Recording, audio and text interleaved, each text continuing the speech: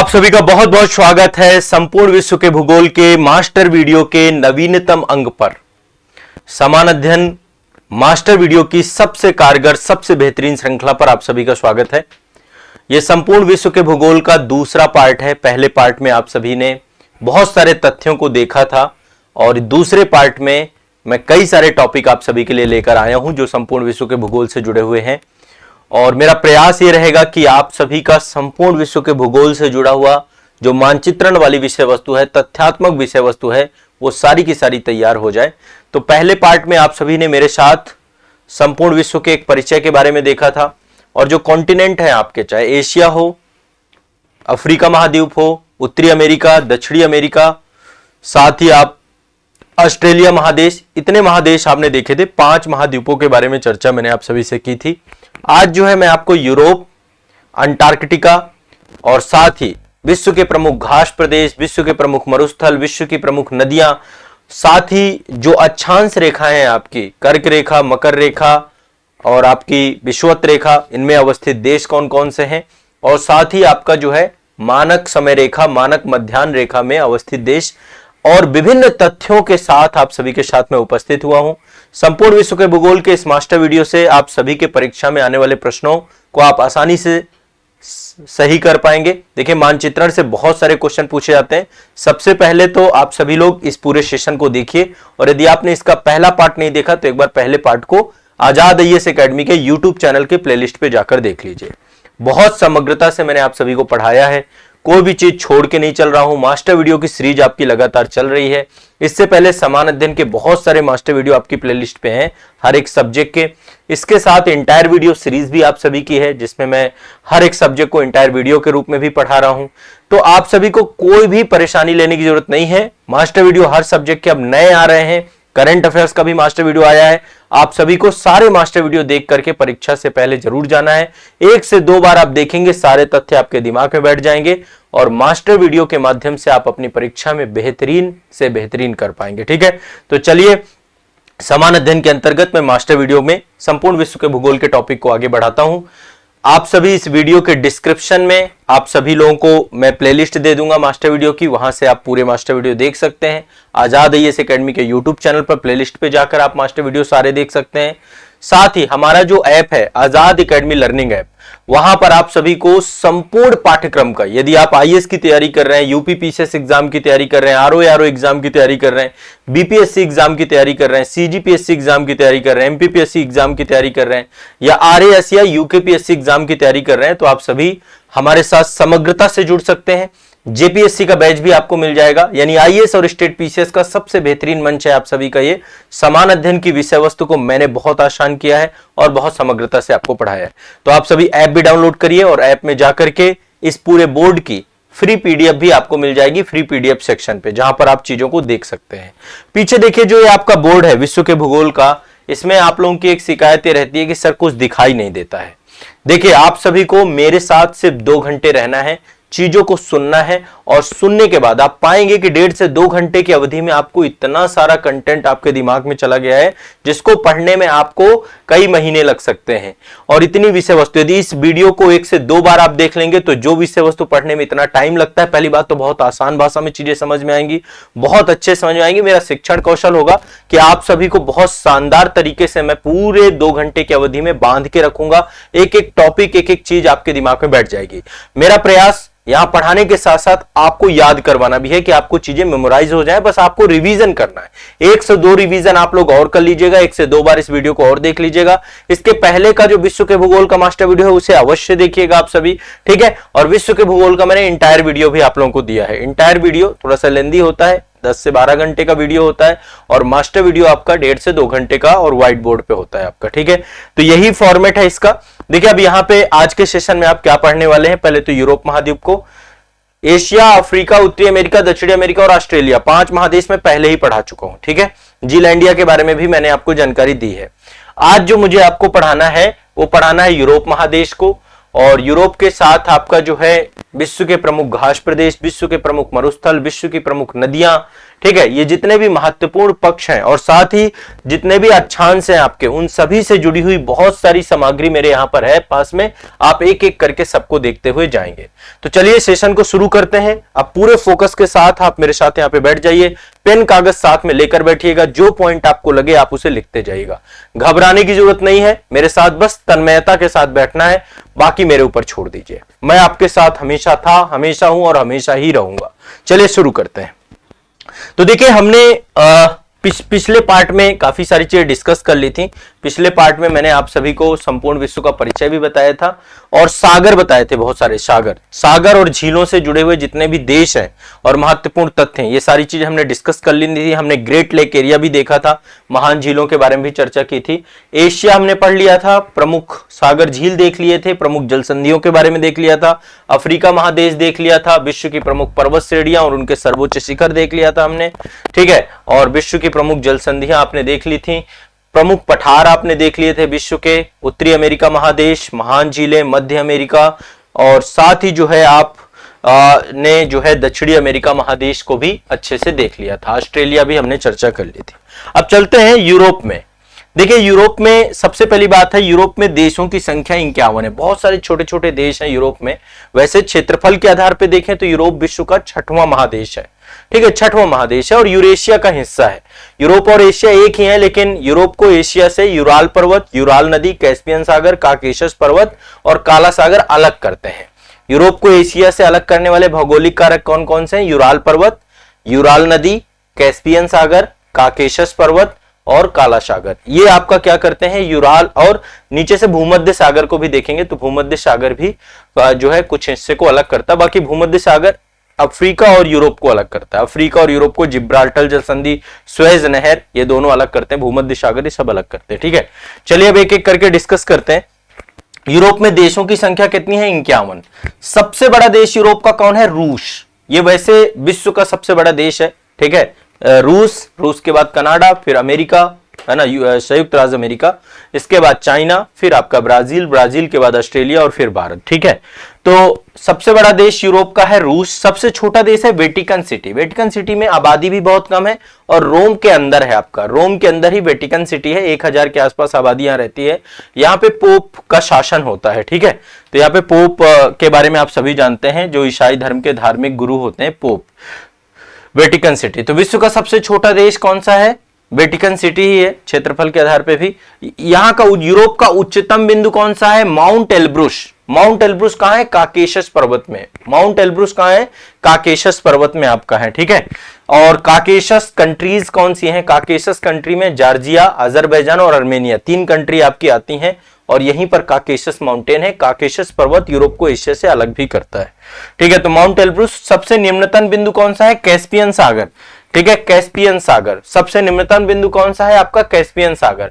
और कैस्पियन सागर से ये विश्व का सबसे बड़ा अंतर्देशीय निकाय है, विश्व की सबसे बड़ी झील है। 5 देश इसके साथ सीमा साझा करते हैं, रूस, अजरबैजान, ईरान, तुर्कमेनिस्तान और कजाकिस्तान। 5 देश सीमा साझा करते हैं, रूस, अजरबैजान, ठीक है, ईरान, कजाकिस्तान और तुर्कमेनिस्तान। ये ध्यान रखिएगा। 2 आपके जो है कजाकिस्तान और जो है आपके तुर्कमेनिस्तान, ये मध्य एशिया के देश हैं। बाकी ईरान हो गया आपका, अजरबैजान हो गया और रसिया हो गया, ठीक है, कैस्पियन सागर के साथ सीमा साझा करने वाले देशों में। तो सबसे निम्नतम बिंदु यहाँ का, यूरोप का सबसे निम्नतम बिंदु कैस्पियन सागर है। विश्व का सबसे निम्नतम बिंदु मृत सागर है, डेड सी है। जॉर्डन और इजराइल 2 सीमा साझा करता है, मृत सी, ठीक है। विश्व की सबसे लंबी नदी, यूरोप की सबसे लंबी नदी बोल्गा है। यूरोप की सबसे लंबी नदी कौन सी है? बोल्गा। यूरोप की सबसे लंबी नदी कौन सी है? बोल्गा। ये औपनिवेशीकरण, साम्राज्यवाद और औद्योगिकरण का स्थल भी है। इसने पूरे विश्व में शासन किया एक समय पे। औपनिवेशीकरण, विश्व के सभी देशों में राजनीतिक नियंत्रण प्राप्त किया। एक समय था जब अंग्रेजों का सूर्यास्त नहीं होता था, यानी विश्व में हर जगह उनका ही औपनिवेशिक शासन था। भारत में भी अंग्रेजों के द्वारा, और यूरोप के कई देश, फ्रांस हो गया, जो है डेनमार्क हो गया, डेनिश हो गए, फ्रांसीसी हो गए, इसके अलावा पुर्तगाली हो गए, डच हो गए, सारे के सारे यूरोप से ही भारत में आए थे। तो इस स्थल ने पूरे विश्व में औपनिवेशिक शासन किया, ठीक है। यह औद्योगिकरण का भी केंद्र रहा है। पहला इंडस्ट्रियल रेवोल्यूशन ब्रिटेन में हुआ था 1780 में, तो औद्योगिकरण का स्थल फिर ब्रिटेन, फ्रांस और फिर धीरे धीरे पूरे विश्व में औद्योगिकरण यहीं से फैला है। ठीक है, मशीनीकरण का क्षेत्र, विज्ञान का क्षेत्र, यहीं से तर्कवाद, विज्ञानवाद और बहुत सारे थिंकर जो है यहाँ पे निकले आपके, चाहे वो रूसो रहे हो, जॉन लॉक रहे हो, स्टुअर्ट मिल रहे हो, बहुत सारे थिंकर आपके हैं जो कि यूरोप की धरती से रहे। तो औपनिवेशीकरण का, औद्योगिकरण का स्थल है।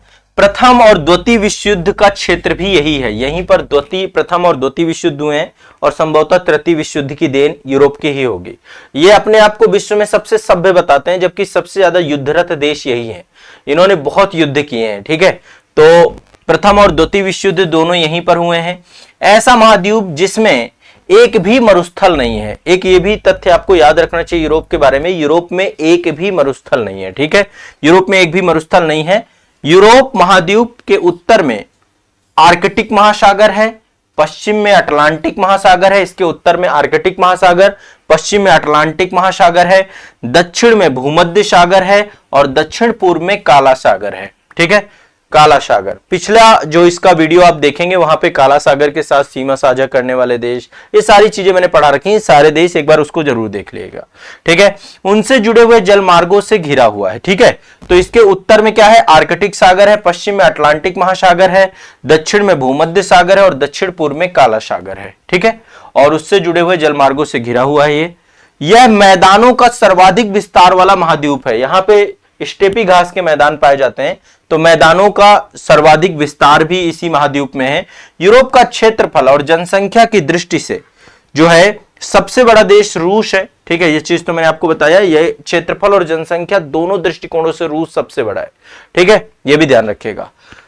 अब यहां पे देखिए कई सारे, यदि हम यूरोप को बांटते हैं ना, तो यूरोप में कई सारी आपकी जो है राजनीतिक इकाइयां हैं, जैसे बाल्टिक राज्य है ना, बाल्टिक राज्य, बाल्कन राज्य, जैसे यूरोपीय यूनियन यहाँ का एक जो है बहुत बड़ा निकाय है जिसमें बहुत सारे कंट्रीज आपके साथ में जुड़े हुए हैं। तो पॉलिटिकली कई भागों में स्कैंडिनेवियाई देश, नॉर्डिक देश, तो कुछ जो महत्वपूर्ण है परीक्षा के दृष्टिकोण से वो मैं आपको बताऊंगा। सबसे पहले बाल्टिक राज्य, बाल्टिक राज्य में 3 आपके स्टेट आते हैं। बाल्टिक सागर पिछले सेशन में मैंने आपको बताया था कौन कौन से देश सीमा साझा करते हैं, पर बाल्टिक राज्य में एस्टोनिया, लिथुआनिया और लाटविया 3 देश आपके आते हैं। एस्टोनिया, लिथुआनिया, लाटविया, पहले ये यूएसएसआर का हिस्सा थे, 1991 में यूएसएसआर के विघटन के बाद ये आपके बाल्टिक कंट्रीज के तौर पे जाने जाते हैं। बाल्टिक सागर से सीमा भी साझा करते हैं, एस्टोनिया, लिथुआनिया, लाटविया। ठीक है, इसके बाद नॉर्डिक कंट्रीज, नॉर्डिक राज्य, नॉर्डिक में देखो डेनमार्क आता है, आइसलैंड आता है, फिनलैंड आता है, नॉर्वे आता है, स्वीडन आता है। फिर से एक बार देखिए, नॉर्डिक कंट्रीज में Denmark, Iceland, Finland, Norway, Sweden और फेरो आइलैंड, फेरो आइलैंड आता है इसमें, और ग्रीनलैंड भी आता है इसमें, ग्रीनलैंड। ठीक है, फिर से एक बार देख लेते हैं, नॉर्डिक स्टेट में Denmark, Iceland, Finland, Norway, Sweden, Faroe island, छोटे छोटे द्वीप है फेरो आइलैंड। ठीक है, और ग्रीनलैंड ये आता है। इसके बाद है स्कैंडिनेवियाई देश, स्कैंडिनेवियाई देश में मात्र 3 देश आते हैं आपके, नॉर्वे, डेनमार्क और स्वीडन। Norway, Denmark, Sweden. देखो यदि आइसलैंड जुड़ जाएगा तो आपका नॉर्डिक कंट्री बन जाएगा, आइसलैंड हटा दे तो स्कैंडिनेवियाई कंट्री है। ठीक है, तो नॉर्डिक कंट्रीज में कौन सा है, Denmark, Iceland, Finland, Norway, Sweden, Faroe island और ग्रीनलैंड।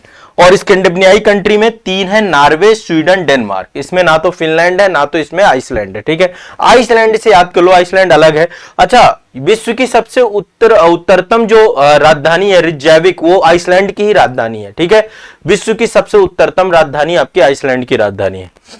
यूरोप की नदियां, अभी हम आएंगे यूरोप की नदियों में आएंगे। तो यूरोप से जुड़े हुए कुछ महत्वपूर्ण बात है, विश्व की सभी नदियों को देखेंगे आज हम, एशिया की नदियां, यूरोप की नदियां, उत्तरी अमेरिका, दक्षिणी अमेरिका, अफ्रीका, प्रमुख जितना भी नदी तंत्र है उसे देखेंगे। पहले घास प्रदेश देख लेते हैं।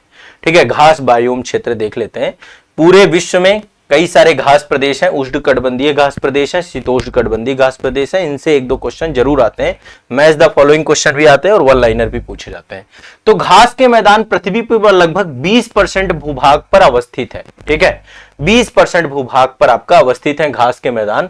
संसार के मैदानों में जलवायु के आधार पर बृहत रूप से इनको 2 भागों में विभाजित किया जाता है। पहला है उष्णकटिबंधीय घास के मैदान और दूसरे हैं आपके शीतोष्णकटिबंधीय घास के मैदान। ठीक है, तो पहला क्या है, उष्णकटिबंधीय घास के मैदान, दूसरा क्या है आपका शीतोष्णकटिबंधीय घास के मैदान। देखिए जिन भागों में, जो उष्णकटिबंधीय क्षेत्र है, जिन भागों में वर्षा कम होती है वहां पर आपके घास के मैदान विकसित होते हैं। वहां पे वृक्ष नहीं हो पाते, वृक्ष के लिए ज्यादा वर्षा चाहिए, ठीक है, ज्यादा पानी चाहिए, तो वहां पे क्या है, घास के मैदान और जो है झाड़ियां विकसित होती हैं, ठीक है। तो उष्णकटिबंधीय जहां पे वर्षा की मात्रा कम होती है, वृक्ष अधिक विकसित नहीं हो पाते, वहां घास के मैदानों के लिए अनुकूलतम जलवायु मिलती है, ठीक है, जिसे समग्र रूप से हम सवाना कहते हैं। तो उष्णकटिबंधीय क्षेत्र पे जो आपके घास के मैदान है वो सवाना घास के मैदान के रूप में जाने जाते हैं आमतौर पे। उष्णकटिबंध का मतलब है 0 डिग्री से 30 डिग्री तक नॉर्थ एंड साउथ, ये उष्णकटिबंध के अंतर्गत आपका आता है, ठीक है। तो यहां ध्यान से समझिएगा, हां, जिसे समग्र रूप से सवाना कहा जाता है। उष्णकटिबंधीय घास के मैदान जहां वर्षा कम मात्रा के कारण वृक्ष अधिक विकसित नहीं हो पाते, वहां घास के मैदानों के लिए अनुकूलतम जलवायु मिलती है, समग्र रूप से क्या कहते हैं, हम सवाना कहते हैं, ठीक है। तो सवाना शब्द जो है आपका झाड़ियों और छोटे वृक्ष के रूप में आपको इसको देखा जाता है आमतौर पे। सवाना का प्रयोग पूर्णतया विकसित घास के आवरण के लिए किया जाता है, जहां पर विकसित घास होती है, लेकिन यहाँ पे कहीं कहीं पर वृक्ष और झाड़ियां भी पाई जाती हैं, ठीक है। केवल घास के मैदान ही नहीं होते, बल्कि साथ साथ वृक्ष और झाड़ियां भी इस क्षेत्र में पाई जाती हैं, ठीक है। तो महाद्वीपों के आंतरिक भाग में भी ये पाई जाती हैं ज्यादातर आपके। इसके बाद दूसरे, ये तो हो गई आपके उष्णकटिबंधीय घास के मैदान। अभी मैं पूरे आपके लिस्टिंग करवाऊंगा, इनको आप याद कर लेना सारे के सारे, ठीक है। शीतोष्णकटिबंधीय घास के मैदानों का विस्तार उत्तर में महाद्वीपों के आंतरिक भागों में अवस्थित है, ठीक है। और शीतोष्णकटिबंधीय घास के मैदानों में वर्षा जो है 50 से 75 सेंटीमीटर आपकी होती है, और यहां पर जो है आमतौर पे उष्णकटिबंधीय घास के मैदानों में भी वर्षा का यही रूप आपको देखने को मिलता है, 50 से 75 सेंटीमीटर के आसपास वर्षा होती है। तो दो भागों में बांटते हैं इसको, उष्णकटिबंधीय और शीतोष्णकटिबंधीय, ठीक है। अब चलिए आगे चलते हैं, एक एक करके अब यहां पे देखते हैं। सबसे पहले देखो लानोज। लानोज आपके वेनेजुएला और कोलंबिया में जो घास के मैदान पाए जाते हैं। वेनेजुएला और कोलंबिया कहां है, दक्षिणी अमेरिका महादेश में। तो यहां पर जो घास के मैदान पाए जाते हैं वो कौन से हैं आपके, वो आपके लानोज घास के मैदान है, ठीक है। दूसरे हैं कैंपोज। कैंपोज आपके ब्राजील में पाए जाते हैं। कहां पाए जाते हैं, ब्राजील में। कैंपोज आपके कहां पाए जाते हैं, ब्राजील में। सवाना आपके कहां पाए जाते हैं, अफ्रीका में। सवाना कहां पाए जाते हैं, अफ्रीका में। सवाना घास के मैदान अफ्रीका में। वैसे सभी उष्णकटिबंधीय घास के मैदानों को हम सवाना ही कहते हैं, लेकिन स्थान और जगह के नाम से इनके अलग अलग नाम है। लानोज आपके पाए जाते हैं वेनेजुएला और कंबोडिया में। कैंपोज आपके ब्राजील में पाए जाते हैं। सवाना आपके अफ्रीका में पाए जाते हैं। पार्कलैंड, पार्कलैंड भी अफ्रीका में घास के मैदान पाए जाते हैं। पार्कलैंड ये भी सवाना का ही हिस्सा है आपका, ठीक है। प्रेरी, प्रेरी आपके पाए जाते हैं उत्तरी अमेरिका महादेश में। उत्तरी अमेरिका और कनाडा में आपके प्रेरी घास के मैदान पाए जाते हैं। शीतोष्णकटिबंधीय घास के मैदान है, ठीक है। तो आपके प्रेरी घास के मैदान कहां पाए जाते हैं, कनाडा और उत्तरी अमेरिका में। पंपास आपके अर्जेंटीना में पाए जाते हैं। सेल्वास आपके ब्राजील में पाए जाते हैं। ब्राजील और पेरू में सेल्वास पाए जाते हैं। बेल्ट आपके दक्षिणी अफ्रीका में पाए जाते हैं। स्टेपी आपके यूरोप और एशिया में पाए जाते हैं। स्टेपी घास के मैदान यूरोप और एशिया में। डाउन्स आपके ऑस्ट्रेलिया में पाए जाते हैं। डाउन्स कहां पाए जाते हैं, ऑस्ट्रेलिया में। केंटबरी आपके न्यूजीलैंड में पाए जाते हैं। केंटबरी कहां पाए जाते हैं, न्यूजीलैंड में। और पुष्टाज कहां पाए जाते हैं, हंगरी में। पुष्टाज कहां पाए जाते हैं, हंगरी में, ठीक है। गुलमर्ग और सोनमर्ग कहां पाए जाते हैं, जम्मू कश्मीर में। बुग्याल एवं पयाल कहां पाए जाते हैं, उत्तराखंड में, ठीक है। फिर से एक बार देख लेते हैं सभी। लानोज कहां पाए जाते हैं, वेनेजुएला और कंबोडिया में। लानोज कहां पाए जाते हैं, वेनेजुएला और कंबोडिया में। लानोज कहां पाए जाते हैं, वेनेजुएला और कंबोडिया में। वेनेजुएला और कंबोडिया में लानोज पाए जाते हैं। कैंपोज कहां पाए जाते हैं, कैंपोज आपके ब्राजील में पाए जाते हैं। कैंपोज कहां पाए जाते हैं, ब्राजील में। सवाना कहां पाए जाते हैं, अफ्रीका में। सवाना घास के मैदान अफ्रीका में, ठीक है। पार्कलैंड भी जो घास के मैदान है, पार्कलैंड भी आपके अफ्रीका में पाए जाते हैं। प्रेरीज आपके उत्तरी अमेरिका और कनाडा वाले क्षेत्र में, ठीक है। उत्तरी अमेरिका में प्रेरीज पाए जाते हैं। पंपास आपके अर्जेंटीना में पाए जाते हैं। पंपास अर्जेंटीना में। सेल्वास आपकी ब्राजील में पाए जाते हैं। तो देखो जो है सेल्वास और कैंपोस ये दोनों आपके ब्राजील में पाए जाते हैं, ठीक है। अमेजन नदी घाटी वाले क्षेत्र में घास के मैदान पाए जाते हैं, ठीक है। और इसके बाद आपके सेल्वास आपके ब्राजील और पेरू में भी कुछ इनका विस्तार है, ठीक है। सेल्वास आपके ब्राजील एवं पेरू में। बेल्ट आपके दक्षिण अफ्रीका में। इसके बाद आपके स्टेपीज आपके यूरोप में पाए जाते हैं। एशिया, यूरोप और एशिया, यूरेशिया वाले क्षेत्र में स्टेपीज, जो साइबेरिया वाला क्षेत्र है ना, यहाँ पे आपकी स्टेपी बहुत पाए जाते हैं। साइबेरिया घास के मैदान भी बोलते हैं यहाँ पे। एशिया। इसके बाद डाउन्स आपके ऑस्ट्रेलिया में, कैंटबरी न्यूजीलैंड में, पुष्टाज आपके हंगरी में पाए जाते हैं, गुलमर्ग और सोनमर्ग जम्मू कश्मीर में, बुग्याल एवं पयाल आपके उत्तराखंड में। ठीक है, साथ ही एक चीज ध्यान रखिएगा, जो स्टेपी बायोम है आपका, स्टेपी घास के मैदान है जो यूरोप और एशिया में पाए जाते हैं, इनका सर्वाधिक विकास चरनोजम मृदा में होता है। कहां पे होता है? चरनोजम मृदा में होता है। ये फैक्ट भी आपको याद रखना है। तो ये विश्व के प्रमुख घास के मैदान हो गए। घास के मैदानों से क्वेश्चन आप सभी से पूछे जाते हैं। अब चलिए मैं एक बार थोड़ा सा आपको एक एक करके अलग अलग आपको बताऊंगा ताकि आपका दिमाग में ज्यादा लोड ना पड़े। देखिए, पूरे पृथ्वी में आपको सभी को पता है अक्षांश रेखाएं और देशांतर रेखाएं हैं। ठीक है, प्रमुख अक्षांश रेखाओं में विषुवत रेखा है जो पृथ्वी को दो भागों में विभाजित करती है, उत्तरी गोलार्ध और दक्षिणी गोलार्ध में 0 डिग्री विषुवत रेखा, भूमध्य रेखा बोलते हैं। भूमध्य, जो जमीन को, भू को, पृथ्वी को दो भागों में विभाजित करे उसे भूमध्य रेखा कहते हैं। ठीक है, तो विषुवत रेखा को 0 डिग्री कहते हैं। और विषुवत रेखा में बहुत सारे देश अवस्थित हैं। विषुवत रेखा में बहुत सारे देश अवस्थित हैं। एक बार ध्यान से समझिएगा कौन कौन से कंट्रीज है। मैं यहाँ पे कंट्रीज के नाम आपको बता रहा हूं।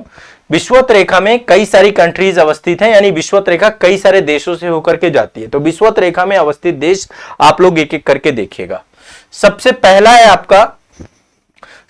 आपका इक्वाडोर। सबसे पहला देश कौन सा है? इक्वाडोर। ठीक है, सबसे पहला है इक्वाडोर। टोटल 13 देशों से होकर के विषुवत रेखा गुजरती है। ठीक है, पृथ्वी को उत्तरी और दक्षिणी गोलार्ध में विभाजित करती है।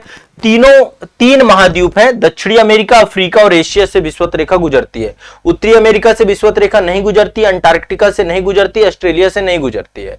ठीक है, तो ये आपकी कहां से गुजरती है? दक्षिणी अमेरिका, अफ्रीका और एशिया। यूरोप से भी नहीं गुजरती है विषुवत रेखा। ठीक है, तो 13 टोटल देश हैं। कौन कौन से देश हैं? एक तो इक्वाडोर है, दूसरा कोलंबिया है, तीसरा ब्राजील है।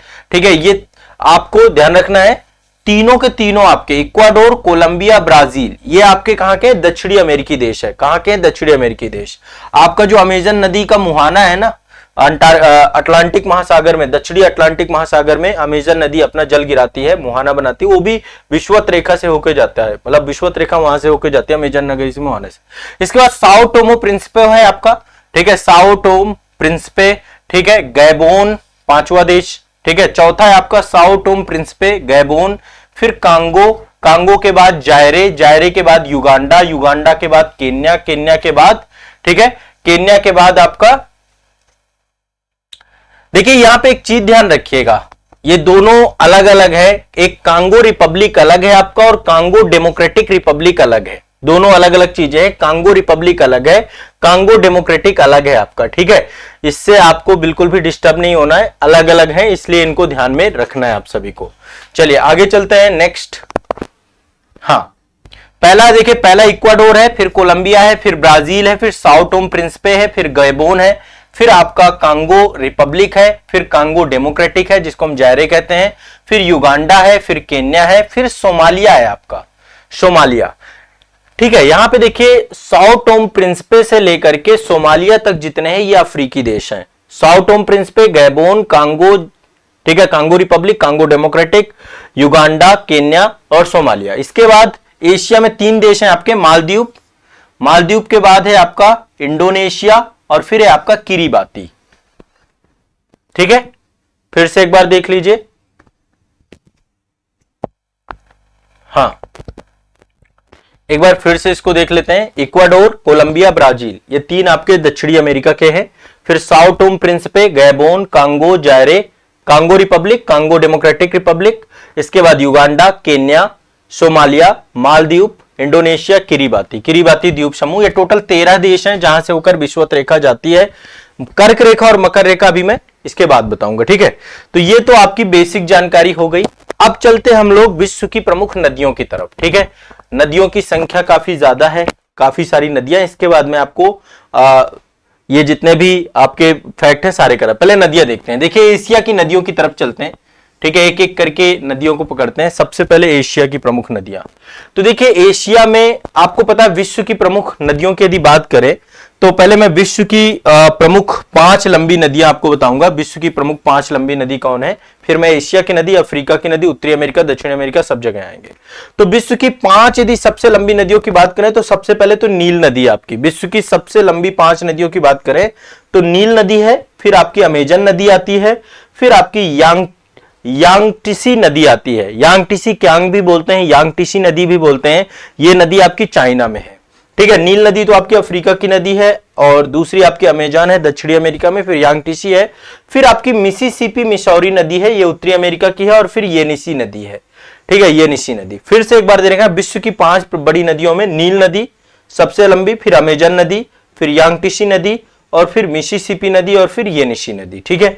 विश्व की 5 प्रमुख नदियों में। तो एशिया की नदियों पे आते हैं, यदि हम एशिया की प्रमुख नदियों पे आए हम, तो एशिया की प्रमुख नदियों में यांगटीसी नदी है, ये विश्व की तीसरी सबसे लंबी नदी है। इसका उद्गम तिब्बत से होता है। देखो, तिब्बत के पठार से बहुत सारी नदियां निकलती हैं।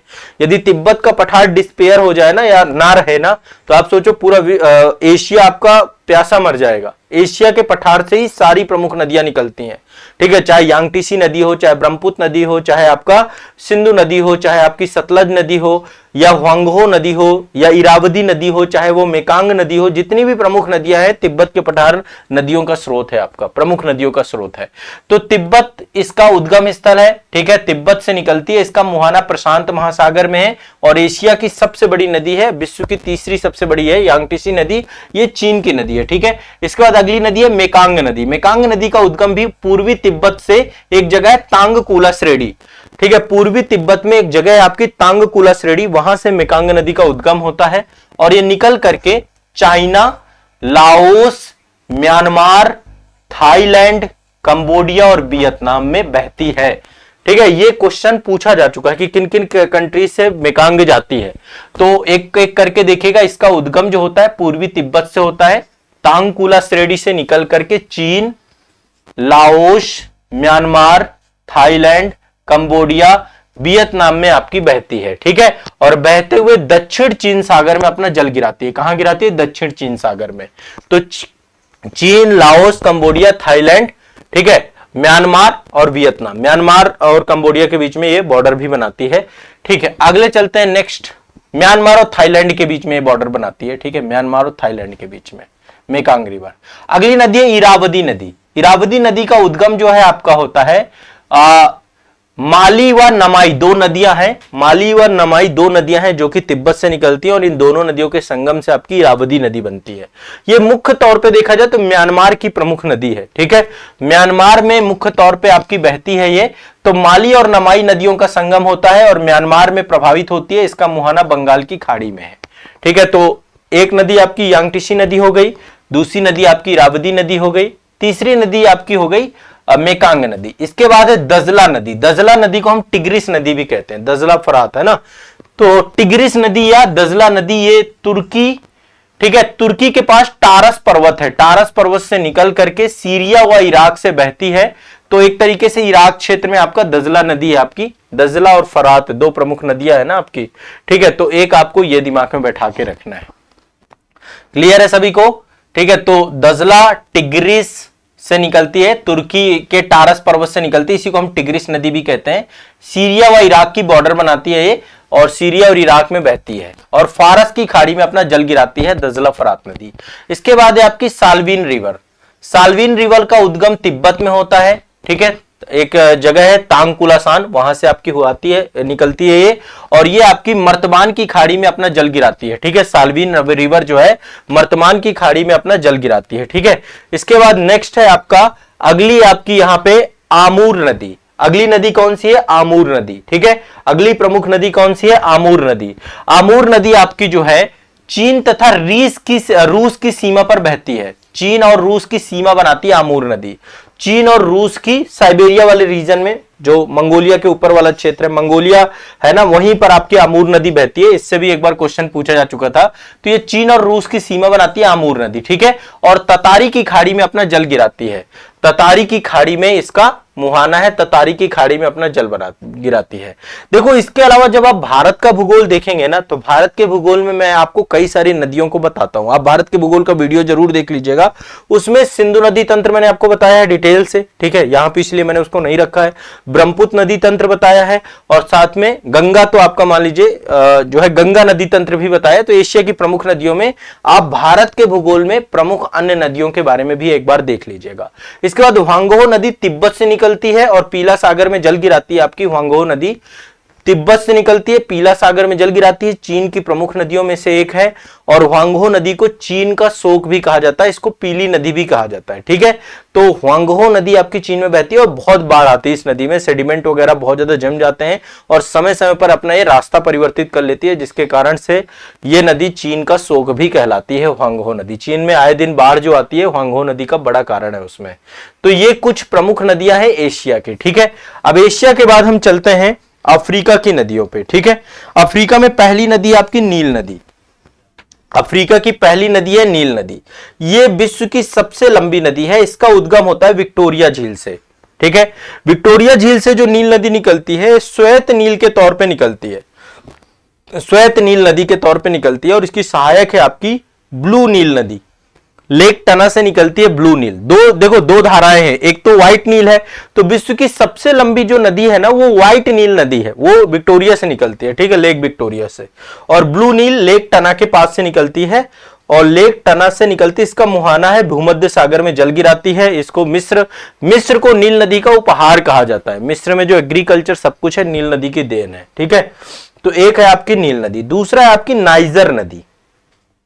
नाइजर नदी, नाइजर नदी का उद्गम जो होता है वो होता है यहां पे एक आपका फौरा जलान का पठार है। ठीक है, फोर्टा जलान का पठार है, माफ कीजिएगा, फोर्टा जलान का पठार है यहां पे। और इसका मुहाना जो नाइजर नदी का है वो आपका जो है यहीं पर गिनी की खाड़ी है, गिनी की खाड़ी में जाकर जल गिराती है नाइजर नदी। तो अफ्रीका की दूसरी दो प्रमुख नदियों में से नाइजर है, पहला नील नदी हो गई, दूसरी नाइजर नदी हो गई। अफ्रीका की लिम्पोपो नदी जो है मकर रेखा को 2 बार काटती है, इससे क्वेश्चन कई बार पूछा है। लिम्पोपो नदी मकर रेखा को 2 बार काटती है, ध्यान रखिएगा, लिम्पोपो नदी मकर रेखा को 2 बार काटती है। और कांगो नदी, कांगो को हम जायरे नदी के नाम से भी जानते हैं, विषुवत रेखा को 2 बार काटती है आपकी। ठीक है, कांगो नदी या जायरे नदी। माही नदी भारत में बहती है और ये कर्क रेखा को 2 बार काटती है। तो लिम्पोपो 2 बार विषुवत रेखा को काटती है, कांगो या जायरे माफ करेगा, लिम्पोपो मकर रेखा को 2 बार काटती है, कंफ्यूज मत होइएगा, लिम्पोपो मकर रेखा को काटती है। ठीक है, मकर रेखा 23.5 डिग्री साउथ को लिम्पोपो नदी कहां बहती है, अफ्रीका में। ठीक है, और आपकी कांगो जायरे नदी विषुवत रेखा को 2 बार काटती है। ठीक है, और माही नदी आपकी कर्क रेखा को 2 बार काटती है। तो ये आपको एक बेसिक जानकारी होनी चाहिए। विषुवत रेखा को 2 बार विभाजित करती है कांगो नदी। और जाम्बेजी नदी यहां पर है, जाम्बेजी नदी जो है ये विक्टोरिया जलप्रपात इसी पर आपका अवस्थित है, जाम्बेजी नदी पर। इसी पे करीबा बांध बनाया गया, जाम्बेजी नदी पर करीबा बांध, सबसे ज्यादा यहां से जल विद्युत उत्पादन हो रहा है। ठीक है, तो ये भी आपको दिमाग में बैठा के रखना है। क्लियर है, स्पष्ट है, करीबा बांध। इसके बाद अगली नदी है ऑरेंज नदी। ऑरेंज नदी दक्षिण अफ्रीका की सबसे लंबी नदी है। दक्षिण अफ्रीका सबसे साउथ में जो है देश है आपका अफ्रीका का। ठीक है, सबसे साउथ में आपका दक्षिण अफ्रीका की सबसे लंबी नदी ऑरेंज नदी है। तो ऑरेंज नदी का उद्गम जो है डेंकेंस वर्ग की पहाड़ी से होता है, डेंकेंस वर्ग पर्वत से होता है और इसका मुहाना अटलांटिक महासागर में है। ठीक है, तो ये आपको ध्यान में रखना है। एक बोल्टा नदी है आपकी, तो बोल्टा नदी जाकर गिनी की खाड़ी में जल गिराती है आपकी। तो ये आपकी कुछ प्रमुख नदियां हो गई अफ्रीका की। नील नदी हो गई, नाइजर नदी हो गई आपकी, जम्बेजी में करीबा बांध बना हुआ है, लिम्पोपो नदी 2 बार मकर रेखा को काटती है, कांगो जायरे 2 बार विषुवत रेखा को काटती है। ये बेसिक आपकी जानकारी है नदियों को लेकर के। ठीक है, क्लियर है। आगे बढ़ते हैं उत्तरी अमेरिका की नदियां। उत्तरी अमेरिका की प्रसिद्ध नदी है मिसिसिपी और मिसौरी। ठीक है, उत्तरी अमेरिका की प्रसिद्ध नदी है, यहां पे आप देख सकते हैं मिसिसिपी और मिसौरी। ठीक है, प्रमुख नदी है, सहायक नदियों में से आप एक ये हैं। उत्तरी अमेरिका का सबसे बड़ा नदी तंत्र मिसिसिपी और मिसौरी ही बनाती हैं। यदि हम विश्व के संदर्भ पे देखें तो विश्व के संदर्भ पे चौथी सबसे बड़े नदी तंत्र है। पहले नंबर पे नील, दूसरे नंबर पे अमेजन, तीसरे नंबर पे यांगटीसी, फिर मिसिसिपी, मिसौरी, फिर येनिसी नदी। तो विश्व का चौथा सबसे बड़ा नदी तंत्र है। इसका उद्गम होता है इटास्का की खाड़ी से होता है। ठीक है, इटास्का हिमानी आपकी वहां से आपका होता है इसका उद्गम। ठीक है, इटास्का की हिमानी है, हिमानी से होता है आपका, ग्लेशियर से होता है। ये एक आपकी ग्लेशियर झील है, इटास्का की झील। और इसका मुहाना है मेक्सिको की खाड़ी। जल कहां पे गिराता है आपका? मेक्सिको की खाड़ी में, मिसिसिपी का यहां पे, ये जल आपका यहां पे गिराती है, ठीक है। तो ये आपको ध्यान रखना है। और इसका जो डेल्टा है वो पक्षी पंजाकार डेल्टा है, ठीक है, पक्षीपाद डेल्टा आपका इसका है। तो पक्षीपाद डेल्टा का निर्माण भी ये आपकी करती है। इसके बाद अगली नदी है यूकान नदी, ठीक है। यूकान नदी जो है मैकेंजी श्रेणी से निकलती है और बेरिंग सागर में जल गिराती है, ठीक है। मैकेंजी श्रेणी से निकलती है, यहीं पे बेरिंग सागर है, अलास्का वाले क्षेत्र में आपकी बहती है यूकान रिवर। ये यूकान रिवर, यहीं पे बेरिंग सागर है, बेरिंग जल संधि है जो कि अलास्का को साइबेरिया से अलग करता है। तो मैकेंजी नदी कनाडा की प्रमुख नदी है आपकी, कनाडा की प्रमुख नदी है। और ये आपकी कहां से निकलती है? मैकेंजी श्रेणी से निकलती है, बेरिंग सागर में जल गिराने वाली सबसे बड़ी नदी में से एक है आपकी, ठीक है। इसके बाद मिसौरी नदी आपको मैंने बताया ही, मिसौरी मिसिसिपी की सहायक नदी आपकी। इसके बाद मैकेंजी नदी ही भी है, एक नदी आपकी मैकेंजी नदी, ठीक है, एक नदी आपकी है मैकेंजी नदी। यहां पे आप देखिए ये मैकेंजी नदी है, इधर यूकान नदी है, तो यूकान नदी आपकी बेरिंग सागर में जल गिराती है। मैकेंजी जो है कनाडा की सबसे लंबी नदी है, मैकेंजी नदी कनाडा की सबसे लंबी नदी है। यदि कनाडा की सबसे लंबी नदी पूछे तो मैकेंजी नदी है, ठीक है। इसका उद्गम होता है ग्रेट स्लैब झील से, यहीं पर एक झील है, ग्रेट स्लैब झील कहां पर अवस्थित है? कनाडा में। ग्रेट स्लैब झील कहां पे अवस्थित है? कनाडा में। ग्रेट स्लैब झील आपको कहां पे अवस्थित है? कनाडा में। तो मैकेंजी नदी कनाडा की सबसे लंबी नदी है और इसका उद्गम ग्रेट स्लैब झील से होता है। इसका मुखाना क्या है? इसका मुहाना है ब्यूफोर्ड सागर। ब्यूफोर्ड सागर में जाकर के जल गिराती है, ब्यूफोर्ड सागर में जाकर के जल गिराती है। इसके बाद है स्नैक नदी। स्नैक नदी, स्नैक नदी कोलंबिया नदी की सहायक नदी है आपकी। स्नैक नदी कोलंबिया नदी की सहायक नदी है। स्नैक नदी कोलंबिया नदी की सहायक नदी है, ठीक है, और कोलंबिया नदी की सहायक नदी है। अगला है रियो ग्रांडो नदी। रियो ग्रांडे नदी, रियो ग्रांडे नदी जो है ये आपकी रियो ग्रांडे जो है संयुक्त राज्य अमेरिका और मेक्सिको की क्या बनाती है? सीमा बनाती है। संयुक्त राष्ट्र अमेरिका और मेक्सिको की सीमा कौन बनाती है? रियो ग्रांडे नदी, ठीक है। अच्छा एक चीज और ध्यान रखिएगा, यहाँ पे कोलोराडो नदी भी है, ये भी आपकी संयुक्त राज्य अमेरिका और मेक्सिको की सीमा बनाती है, ठीक है। तो मेन आपकी यहाँ पे रियो ग्रांडे नदी है। रियो ग्रांडे नदी मेक्सिको की खाड़ी में जल गिराती है और मेक्सिको और अमेरिका दोनों संयुक्त राज्य यूएसए के बीच में सीमा बनाती है। कोलोराडो नदी भी यहाँ पे मेक्सिको और यूएसए के बीच में सीमा बनाती है। तो दो नदियां हैं, ठीक है। रियो ग्रांडो नदी यूएसए और मेक्सिको की सीमा बनाती है और मेक्सिको की खाड़ी में जल गिराती है, ठीक है। तो ये आपकी प्रमुख नदी है। चलिए आगे बढ़ते हैं। अगली नदी है सेंट लॉरेंस नदी। अगली नदी आपकी है सेंट लॉरेंस नदी। तो सेंट लॉरेंस नदी विश्व की सबसे व्यस्ततम नदी है और इसमें नियाग्रा जलप्रपात अवस्थित है आपकी सेंट लॉरेंस नदी पे। यूएसए और कनाडा की सीमा बनाती है सेंट लॉरेंस नदी, ठीक है। यहां पे यूएसए और कनाडा की सीमा बनाती है सेंट लॉरेंस नदी, ठीक है। यूएसए और कनाडा की सीमा बनाती है। इसके बाद कोलंबिया नदी है। कोलंबिया नदी का उद्गम रॉकी पर्वत से होता है और इसका मुहाना कहां पर है? प्रशांत महासागर में। तो एक नदी आपकी कोलंबिया नदी है, रॉकी पर्वत से निकलती है, प्रशांत महासागर में जल गिराती है। इसके बाद कोलोराडो नदी।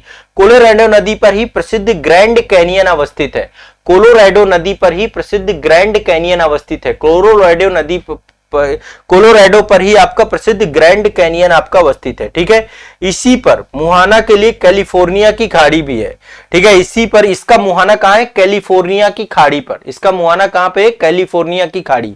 यहां पर देखेंगे तो कैलिफोर्निया का जो है कैलिफोर्निया स्टेट है इसका और इसी की कैलिफोर्निया की खाड़ी है यहीं पर। तो कोलोराडो नदी कैलिफोर्निया की खाड़ी पे गिरती है, ग्रैंड कैनियन इस पर अवस्थित है आपका, ठीक है। नियाग्रा जलप्रपात किसमें? सेंट लॉरेंस नदी पर, यह भी ध्यान रखिएगा।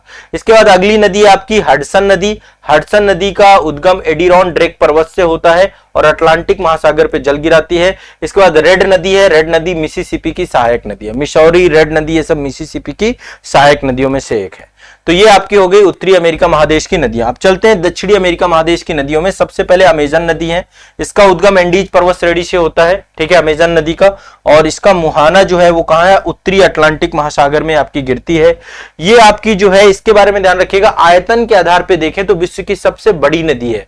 वॉल्यूम के आधार पर लंबी तो सबसे बड़ी नील नदी है, लेकिन यदि हम आयतन के आधार पर देखें, आकार के आधार पर देखें तो विश्व की सबसे बड़ी नदी कौन सी है? अमेजन नदी, ठीक है। इसके किनारे जो है अमेजन के जंगल्स हैं, जिनको पृथ्वी का लंग्स कहा जाता है, पृथ्वी का फेफड़ा कहा जाता है अमेजन के जंगल्स को। तो अमेजन नदी, इसका उद्गम एंडीज से हुआ है, मुहाना उत्तरी अटलांटिक, ठीक है, महासागर है। इसकी प्रमुख सहायक नदी है पुरुष नदी। पुरुष नदी एंडीज से निकलती है और अमेजन को दाईं ओर से मिलती है ये, ठीक है। और एक नदी इसकी जो अमेजन की सहायक नदी है वो है जापुरा नदी।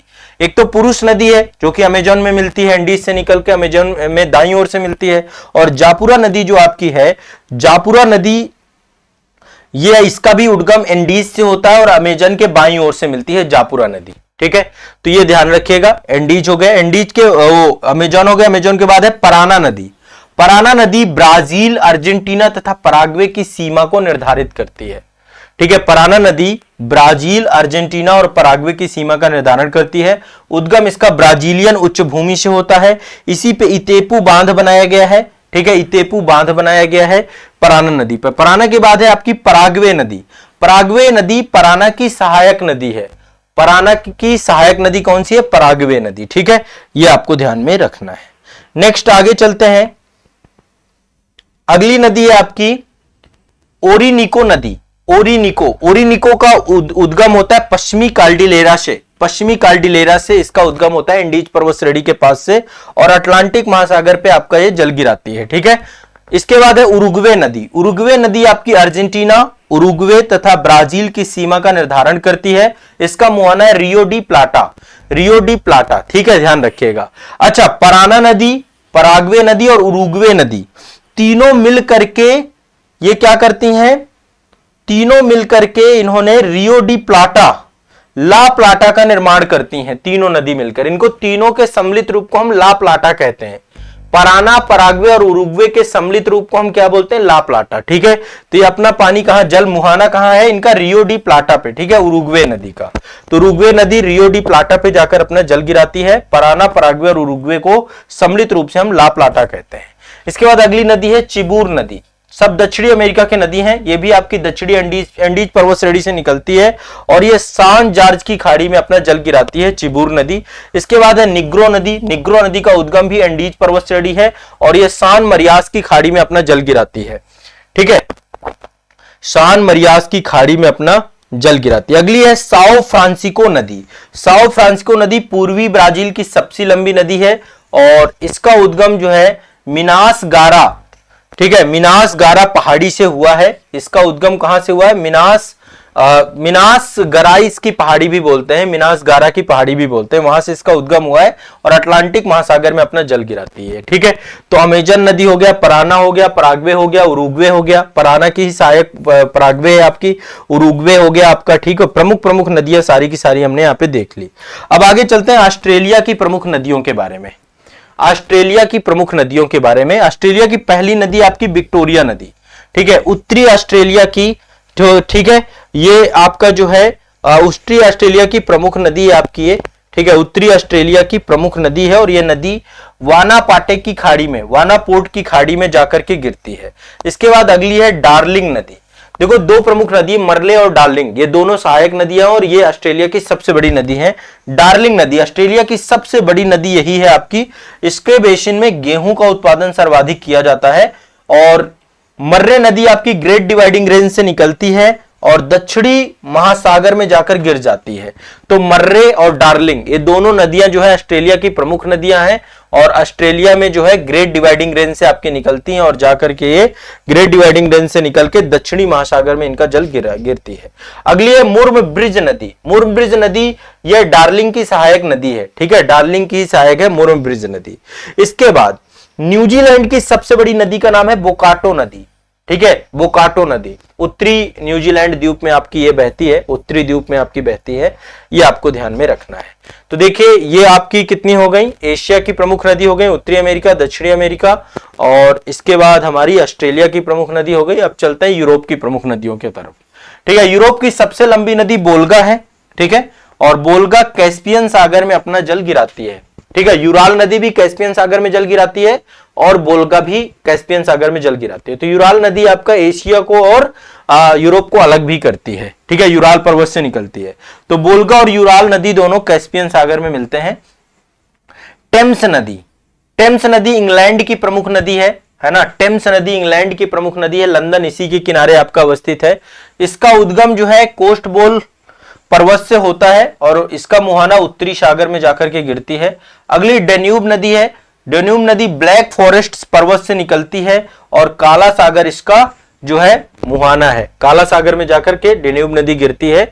विश्व की एकमात्र नदी है जो 10 देशों से होकर गुजरती है। 10 देश और 5 राजधानियों से होकर के गुजरती है। कौन कौन सी राजधानी से? बुखारेस्ट रोमानिया की राजधानी है, बेलग्रेड पूर्वी यूगोस्लाविया की राजधानी है, बुडापेस्ट हंगरी की राजधानी है, वियना ऑस्ट्रिया की राजधानी है और ब्रातिस्लावा स्लोवाकिया की राजधानी है। ये 5 राजधानियों से होकर गुजरती है।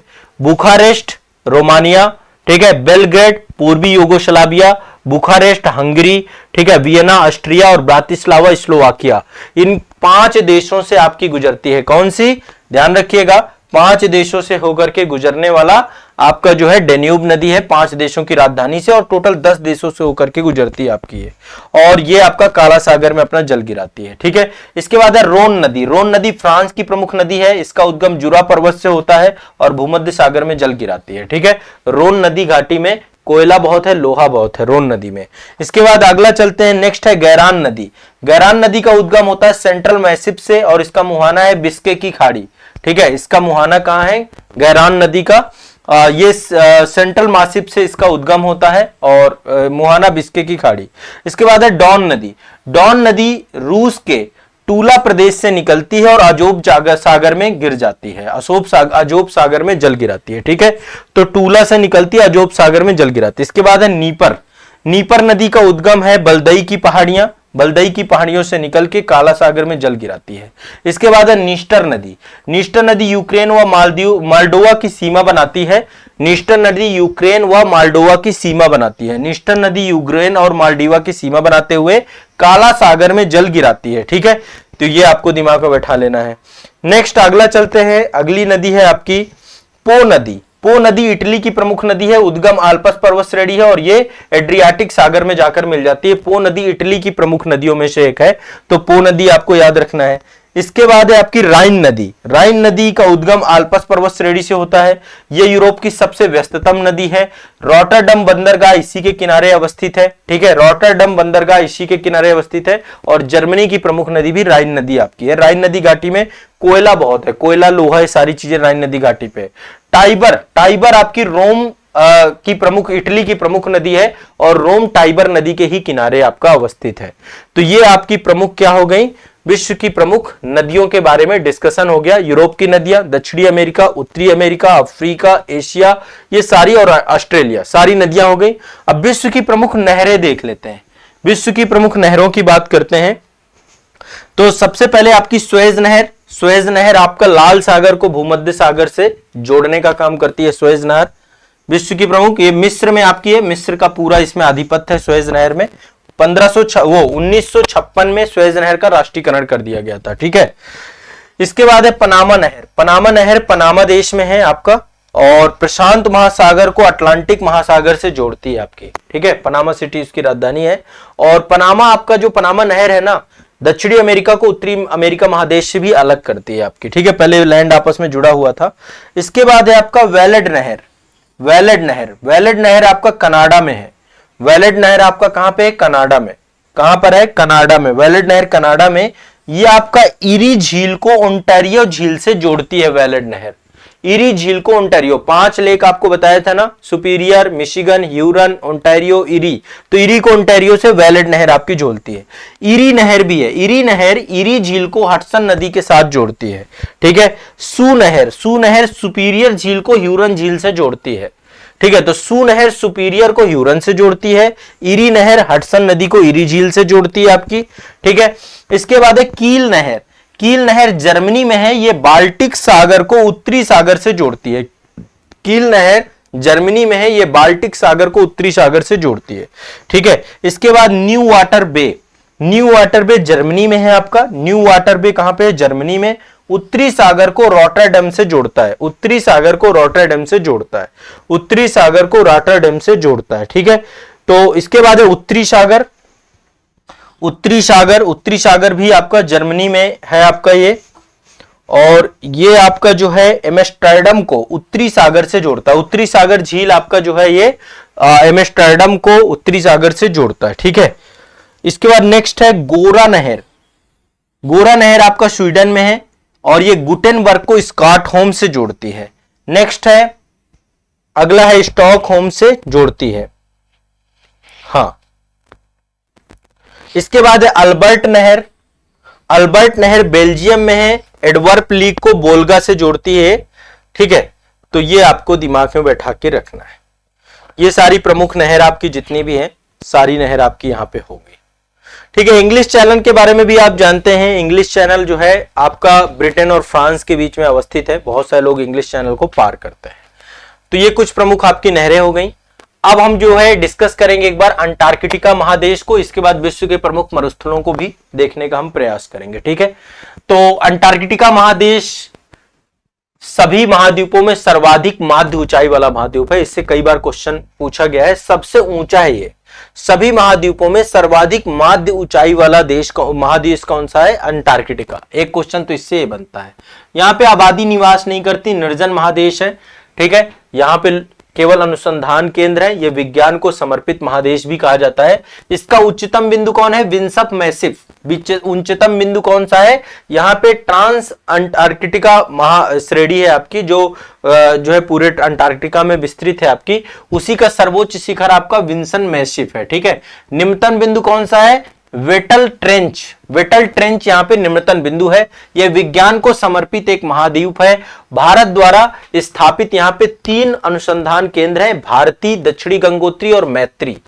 भारती, दक्षिणी गंगोत्री और मैत्री 3 अनुसंधान केंद्र भारत के द्वारा यहाँ पे स्थापित किए गए हैं। ठीक है, यहां पर कई सारी वनस्पतियां पाई जाती हैं। मांस मतलब बहुत, क्योंकि ये पूरी तरीके से एक तरीके से टुंड्रा वनस्पतियां यहाँ पे पाई जाती हैं। पूरी तरीके से ये आपका बर्फीला महादेश है, श्वेत महादेश भी इसको हम कहते हैं। ठीक है, तो यहां पर इस स्थल पर लाइकेन हो गया, मांस हो गया, ऐसी वनस्पतियां पाई जाती हैं। लाइकेन और मांस ये वनस्पतियां पाई जाती हैं। तटीय भागों में व्हेल आपकी मछली यहाँ पे पाई जाती है, और साथ ही पेंगुइन और क्रिस मछली भी यहां पर पाई जाती है। पेंगुइन एक जो है जीव है, तो यहाँ पे पेंगुइन बहुत सारे पाए जाते हैं और क्रिस मछली भी यहां पर पाई जाती है। ठीक है, तो ये अंटार्कटिका महादेश है। ये आपको ध्यान रखना अंटार्कटिका के बारे में। ये कुछ महत्वपूर्ण बातें आपकी। सभी महाद्वीपों में सर्वाधिक माध्य ऊंचाई वाला महाद्वीप यही है। इससे कई बार क्वेश्चन पूछा गया कि सर्वाधिक माध्य ऊंचाई वाला महादेश कौन सा है? तो अंटार्कटिका है। ठीक है, ये आपको दिमाग में बैठा के रखना है। चलिए अब आगे चलते हैं, विश्व के प्रमुख मरुस्थलों के बारे में बताते हैं। देखिए, जहां पर भी 25 सेंटीमीटर से कम वर्षा होती है वो आपके मरुस्थलीय क्षेत्र होते हैं। और मरुस्थलीय आपके चूंकि वर्षा नहीं होती तो मिट्टी संगठित रूप में रह नहीं पाती, तो आमतौर पर रेतीले मरुस्थल होते हैं। रेतीले होने के साथ साथ पथरीले और कोल्ड डेजर्ट भी होते हैं, यानी ठंडे मरुस्थल भी होते हैं, बर्फीले मरुस्थल। सिर्फ ये 25 सेंटीमीटर से जहां पर कम वर्षा हो उसे हम मरुस्थल कहते हैं। तो विश्व के मरुस्थलों की बात करें तो सबसे बड़ा मरुस्थल है आपका सहारा मरुस्थल। ठीक है, सहारा मरुस्थल अफ्रीका के, उत्तरी अफ्रीका के अधिकांश क्षेत्र पर है। लगभग 30% क्षेत्र पर आपका अवस्थित है और कई सारे कंट्रीज इसमें आपके आते हैं। तो सहारा मरुस्थल पे कौन कौन से देश हैं? एक तो अल्जीरिया है, ठीक है, चाड है, इरिट्रिया है, लीबिया है, माली है, मॉरिटानिया है, नाइजर है, सूडान है।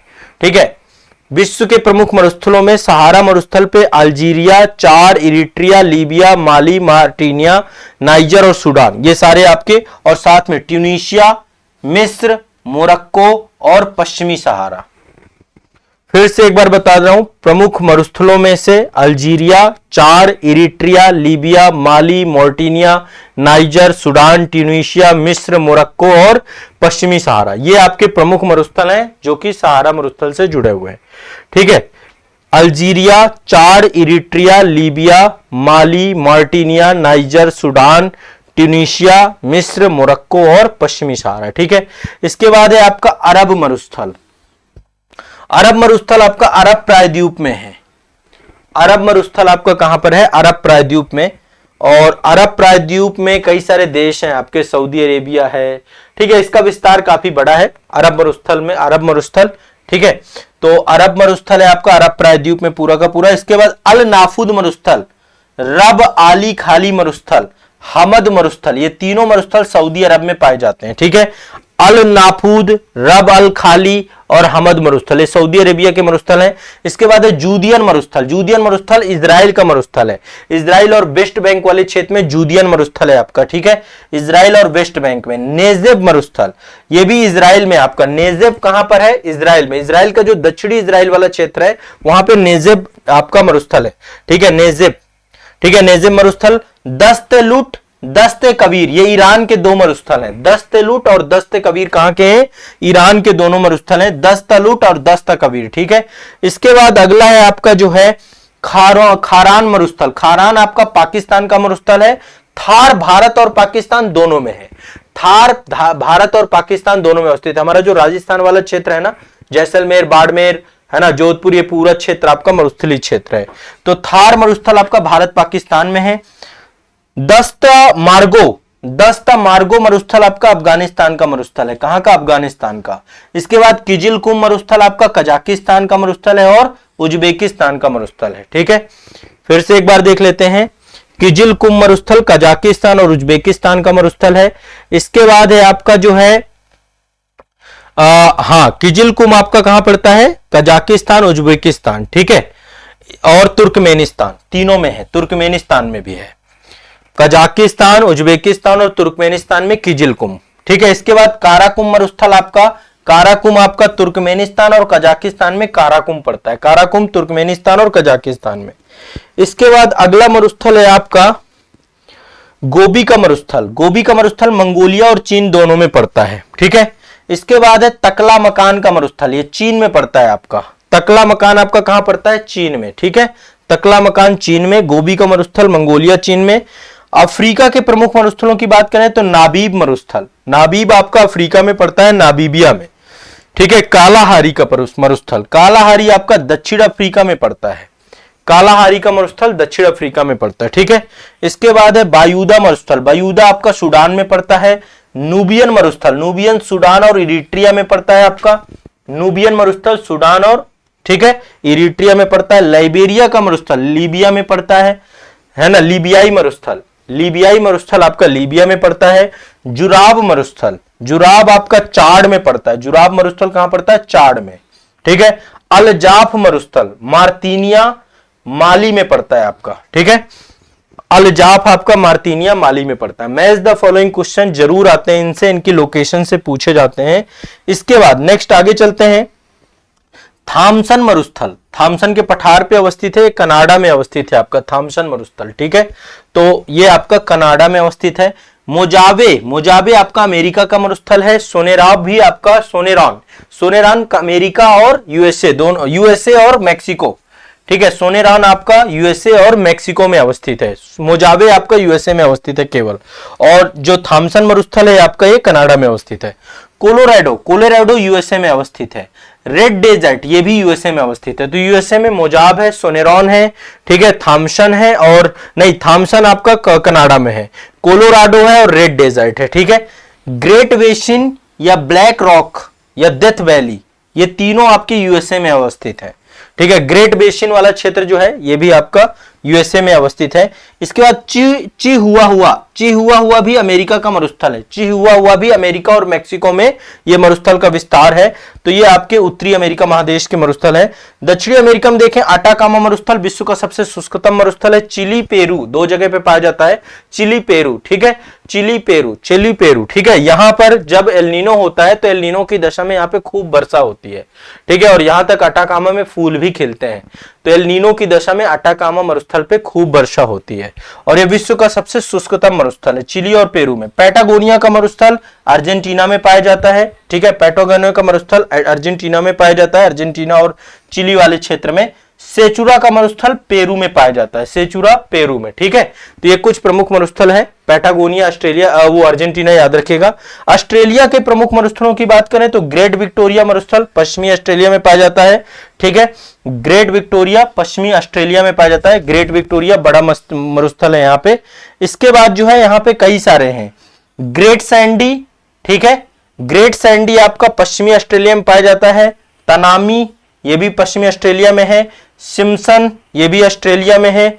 आपको बस ये ध्यान रखना है कि सब ऑस्ट्रेलिया के ही हैं। ग्रेट विक्टोरिया, ग्रेट सैंडी, ठीक है, और सिम्सन, तनामी, ठीक है, गिब्सम, ये जितने भी है मरुस्थल सारे के सारे आपके ऑस्ट्रेलिया के प्रमुख मरुस्थल हैं। ठीक है, तो ऑस्ट्रेलिया के ये कुछ प्रमुख मरुस्थल हो गए। इसके बाद आपका अंटार्कटिका मरुस्थल, आपका विश्व का सबसे बड़ा मरुस्थल है अंटार्कटिका। ठीक है, जो अंटार्कटिक महाद्वीप है आपका, ठीक है, और अटलांटिक मरुस्थल आपका जो है विश्व का अंटार्कटिका मरुस्थल है और दूसरा आपका आर्कटिक मरुस्थल है। तो ओवरऑल तो देखें सहारा सबसे बड़ा गर्म मरुस्थल है, लेकिन यदि कोल्ड डेजर्ट में देखें तो अंटार्कटिका महादेश सबसे बड़ा मरुस्थल ही है, डेजर्ट ही है। वहां पर ना तो वर्षा होती, ना तो वहां पे आबादी पाई जाती है बहुत ज्यादा। ठीक है, तो ये आपके विश्व के जो है प्रमुख मरुस्थलों की बात है। सभी प्रमुख मरुस्थल मैंने आपको बता दिए, एक बार इसको फिर से सुन लेना, आपको क्लियर हो जाएगा। अब बात करते हैं हम लोग कर्क रेखा की। ठीक है, मैं अक्षांश रेखाएं आपको बता रहा था, विषुवत रेखा में अवस्थित देश मैंने आपको बता दिए थे, टोटल 13 देश हैं।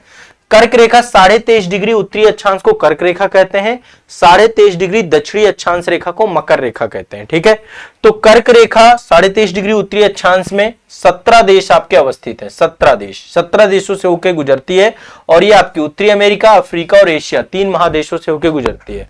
ठीक है, दक्षिणी अमेरिका से कर्क रेखा नहीं जाती है, ऑस्ट्रेलिया से कर्क रेखा नहीं जाती है। ठीक है, ये आपकी कहां से, उत्तरी अमेरिका, अफ्रीका और एशिया, यूरोप से होकर के भी कर्क रेखा नहीं जाती है।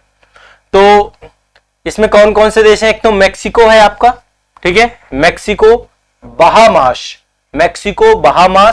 फिर पश्चिमी सहारा, मार्टिनिया, माली, अल्जीरिया, लीबिया, मिस्र, सऊदी अरब, फिर इसके बाद आपका संयुक्त अरब अमीरात और फिर है आपका ओमान।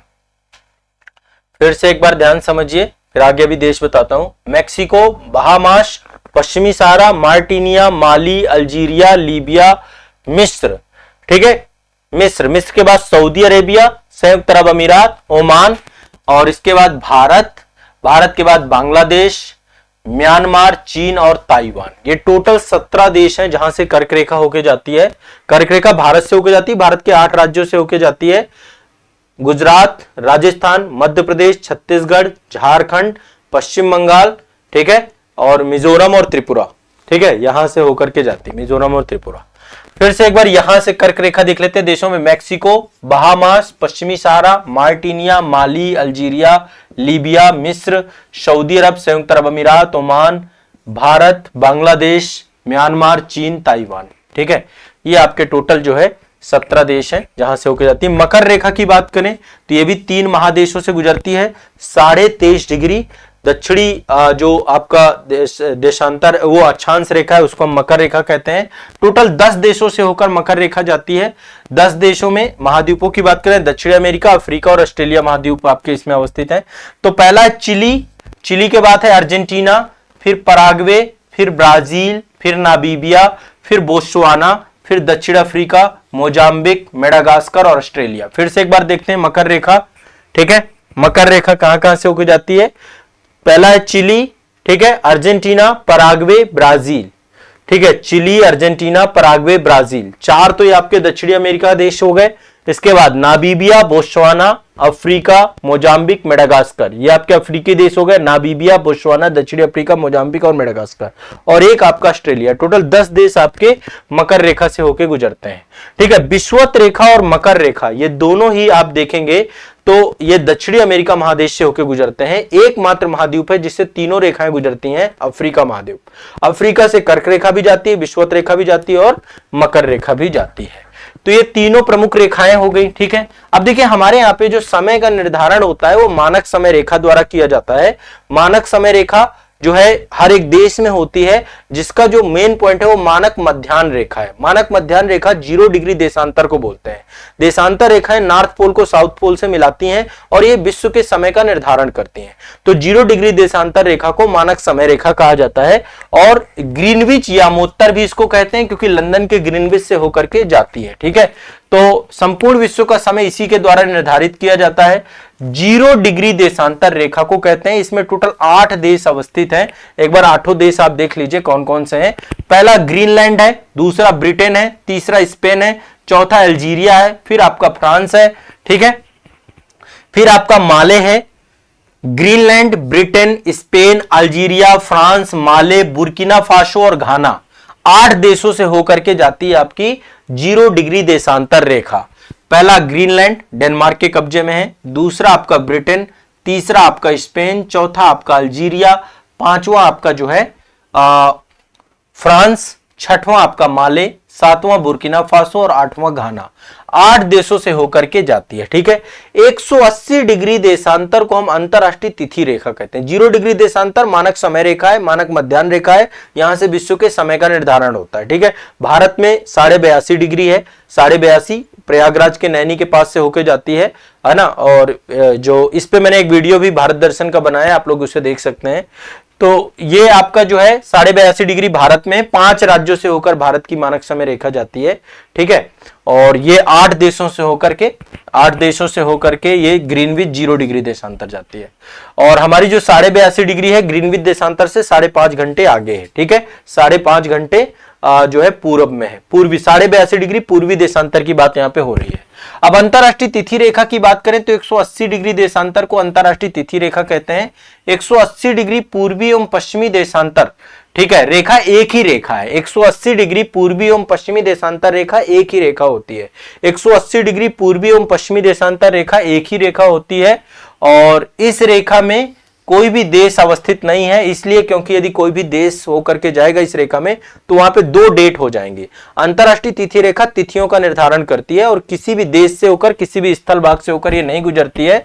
ये आपका सागर वाटर बॉडी से गुजरती है, आर्कटिक सागर, चुक्की सागर, बेरिंग जल संधि और प्रशांत महासागर, यहां से होकर के जाती है अंतरराष्ट्रीय तिथि रेखा। ठीक है, यहां से होकर के अंतरराष्ट्रीय तिथि रेखा आपकी जाती है। तो ये आपके वाटर बॉडीज हैं, सारे वाटर बॉडीज मैंने आपको बता दिए प्रमुख। ग्रीनविच देशांतर भी हमने डिस्कस कर ली है ना। तो देखिए हमने क्या क्या देखा। एक तो हमने यूरोप देखा, यूरोप महादेश के बारे में जाना। फिर हमने पूरे विश्व की नदियां देखी, हर एक जगह की घास प्रदेश हमने देखे, मरुस्थल हमने पूरे विश्व के देखे। और इसके बाद हमने जो अंतरराष्ट्रीय तिथि रेखाएं थी ये सारी की सारी देखी। यदि दोनों मास्टर वीडियोस को मिला दीजिए तो विश्व मानचित्रण की काफी विषय वस्तु हो गई है। लेकिन इसके बावजूद भी अभी काफी सारा कंटेंट आपका अगले पार्ट में मैं आपका दूंगा। नेक्स्ट पार्ट जो आएगा उसमें अभी विश्व के भूगोल में बहुत सारी चीजें, विश्व के खनिज, विश्व के उद्योग और विश्व की जो ट्रांसपोर्टेशन सिस्टम, परिवहन प्रणाली, विश्व के प्रमुख बंदरगाह, कई सारे टॉपिक हैं। विश्व में जो है खाद्यान्न, बहुत सारे मुद्दों पर हमें अभी बात करनी है। तो एक मास्टर वीडियो इसका और आएगा जिसमें विश्व के भूगोल की विषय वस्तु आपकी कंप्लीट हो जाएगी। इसके बाद मैं फिजिकल ज्योग्राफी का मास्टर वीडियो अलग से दूंगा और भारत के भूगोल का मास्टर वीडियो तो आपका अलग से चल रहा है, वो एक उसके अंक आपको प्लेलिस्ट में मिल जाएंगे, आप भारत के भूगोल को भी देखिए। तो ये रहा विश्व के भूगोल के मास्टर वीडियो का नवीनतम अंक, अद्यतम अंक, दूसरा पार्ट। अब जो है हम लोग अगले पार्ट में आप सभी से मिलेंगे। आप सभी से एक बार आग्रह है कि इसको सभी छात्रों तक पहुंचाइए, इसको ज्यादा से ज्यादा लोगों तक शेयर करिए। ये बहुत मेहनत के कारण आप सभी तक उपलब्ध कराया जाता है। मेरा एक ही सपना है, भारत में हर बच्चे तक जो है शिक्षा पहुंचे और वो शिक्षा में जो है कोई भी बच्चा डरे ना, सिविल सर्विसेज की तैयारी हर छात्र कर पाए, ये बैटल ग्राउंड सबके लिए एक जैसा रहे। उसी प्रयास के तहत ये मास्टर वीडियो सीरीज और आजाद IAS एकेडमी का ये मंच आप सभी के साथ है। मैं हमेशा आपके साथ बना रहूंगा। मिलता हूं नए मास्टर वीडियो के साथ। आप सभी लोग हमेशा पढ़ते रहिए, मस्त रहिए और अपनी प्रतिक्रिया कमेंट सेक्शन में जरूर दीजिए। बहुत बहुत शुक्रिया, धन्यवाद।